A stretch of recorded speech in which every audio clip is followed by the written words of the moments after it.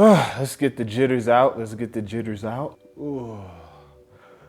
This one always feels good.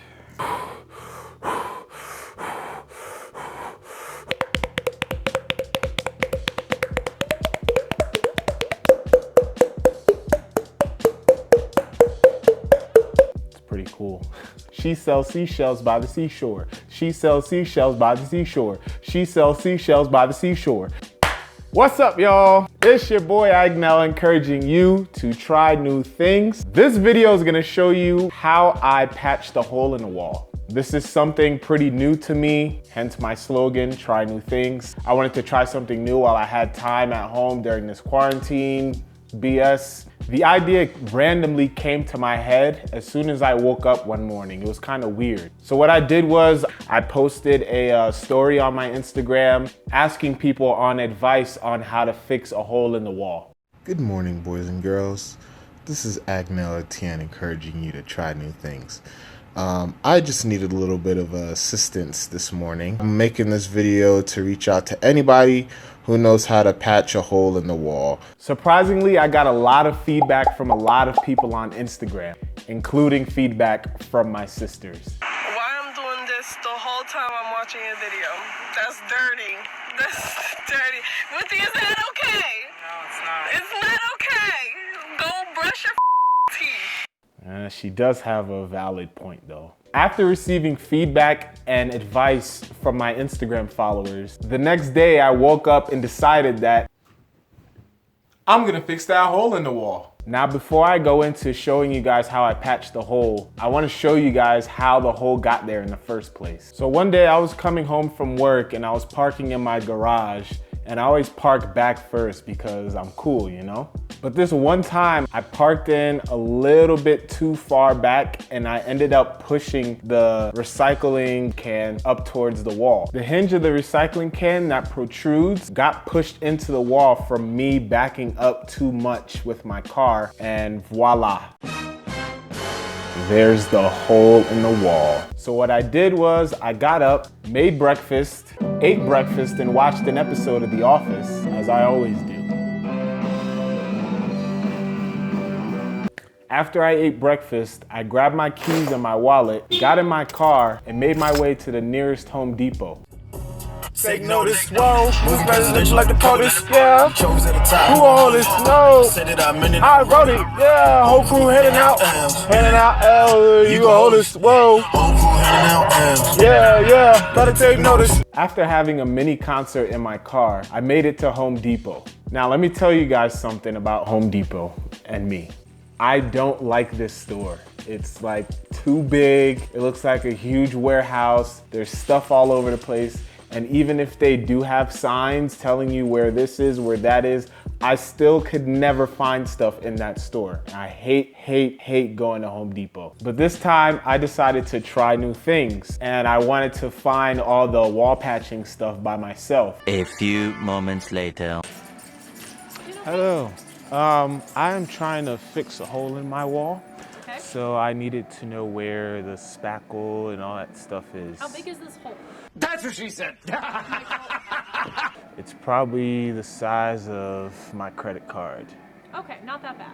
All right, so if you go to aisle 9 right here, all the stuff you need is going to be on the left-hand side. Left You're side. going to want to get one of those metal sheets. Yeah, I was Make going to it look fake. for those too. Yep, okay. those are right there. So you All want right, that cool. and spackle. I prefer the one that's like pink to white so that you know when it's fully dry. Right. Awesome. But, yeah, Wow. Aisle 9's got all of it. That's great. Thank you. You need a promotion. That's what you need. You're welcome. You too. And this is what aisle 9 looked like. I would have been so confused and so baffled as to what products to buy, but thankfully that employee, who definitely deserves a promotion because she was A1 with her service, and I ended up buying this kit right here. So I bought it, it was around $8. I thought it was gonna be $20, which isn't too bad, but the way my bank account is set up, I didn't have $20 with me. So I walked out of Home Depot pretty happy that I only spent $8 and I headed home. Don't know how much time is left, pray I get my mind right. I'm really not the one, test the team and you go tight guys. Always got the crew beside me, just to watch my blind side. You breathe, how I struggle in these beats, know it's a bleach. Couple years, they gon' be a cold track featuring me. Couple years, they gon' mention me, one of the greatest MCs. Once I got home, I parked my car in the garage and made sure I didn't make another hole in the wall, and I got busy. So once I opened the kit, this is all of the stuff that came inside of the kit. This is the pink spackle that turned white once it dried. This was the little plastic spatula that you use to grab the spackle and spread it around. This was the little mesh thingy that you use to cover the hole in the wall. I don't know if there's a specific name for it, so I'm just calling it the little mesh thingy. And the sandpaper is used to make the wall patch smooth and not all janky. I kind of like that word, janky. I don't know the exact definition of the word, but when you hear the word janky, you know exactly what it means without knowing what it means. I don't know if that makes sense to anybody, but yeah. So I basically followed the directions on the back of the kit, and I started off with cutting the little mesh thingy so it matches the size of the hole. Then I started to sand down the edges of the hole so that the seal between the spackle and the edges of the hole is nice and strong. Then I grabbed the spatula and put a nice hefty layer of spackle on the back of the little mesh thingy. Then I covered the hole with the little mesh thingy with the spackle facing the hole. I wanted a nice strong seal, so I pushed down on the edges of the little mesh thingy and I put a little bit more spackle on the edges of the little mesh thingy. Then I started to cover the whole little mesh thingy with spackle. I knew I could always sand down the excess dried up spackle, so I put a nice generous amount of spackle to cover the whole little mesh thingy. But you also don't want to give yourself too much work when you're sanding down the dry spackle. You just got to find that balance between too much spackle and not enough spackle.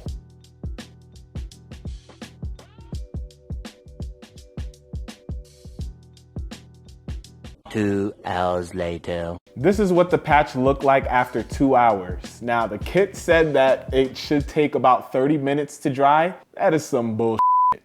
But I think it took a while because I used a lot of spackle. So I waited until the next day to finish the project, just to make sure the patch was super dry.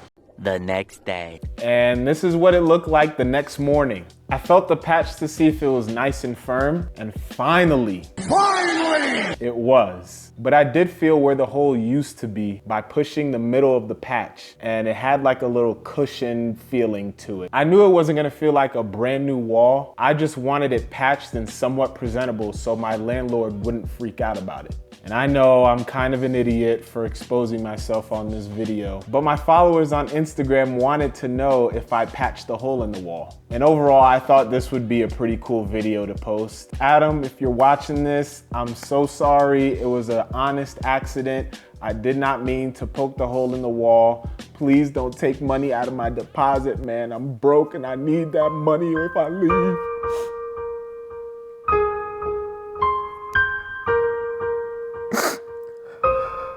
So I started sanding the dried up spackle so it was nice and smooth. I made sure the edges of the patch were smooth and consistent with the actual wall. And I also made sure that there weren't any more janky parts on the patch.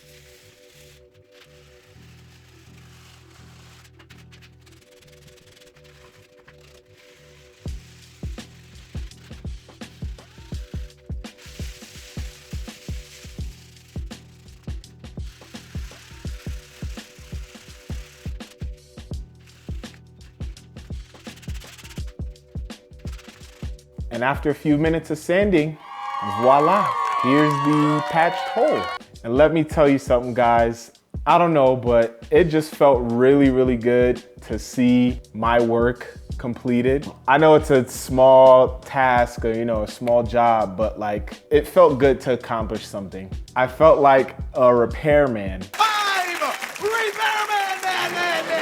I'm just very proud of myself for actually trying something new and patching this hole in the wall. But overall, if you need something to be fixed in your house, why not try to fix it yourself first? Ask some people, some family, some friends, and see if they know how to fix it, and ask for their advice on how to fix it. Reach out to people on social media like I did, look up some YouTube videos on how to fix whatever you're trying to fix, and just try fixing it yourself. you never know if you can actually fix something or not. And if you do end up fixing it, you're gonna feel so good about yourself and you're gonna be like, yo, I could fix anything in this damn house. Again, try new things. Do you guys think I patched this hole up pretty well, or do you think that I completely sucked at doing this patch? Please let me know in the comments. I'd really appreciate it for sure. And that's a wrap, you guys. Thank you for watching. I appreciate it. If you liked the video, hit that like button, hit that subscribe button, and stay tuned for more videos coming out real soon. Also, follow me on social media. All my social media is in the description. Stuff that I post on my stories may end up being videos that I post on YouTube. So look out for those story posts as well. So yeah, that's it. It's your boy Agnell encouraging you to try new things. Stay cool, y'all. Peace out.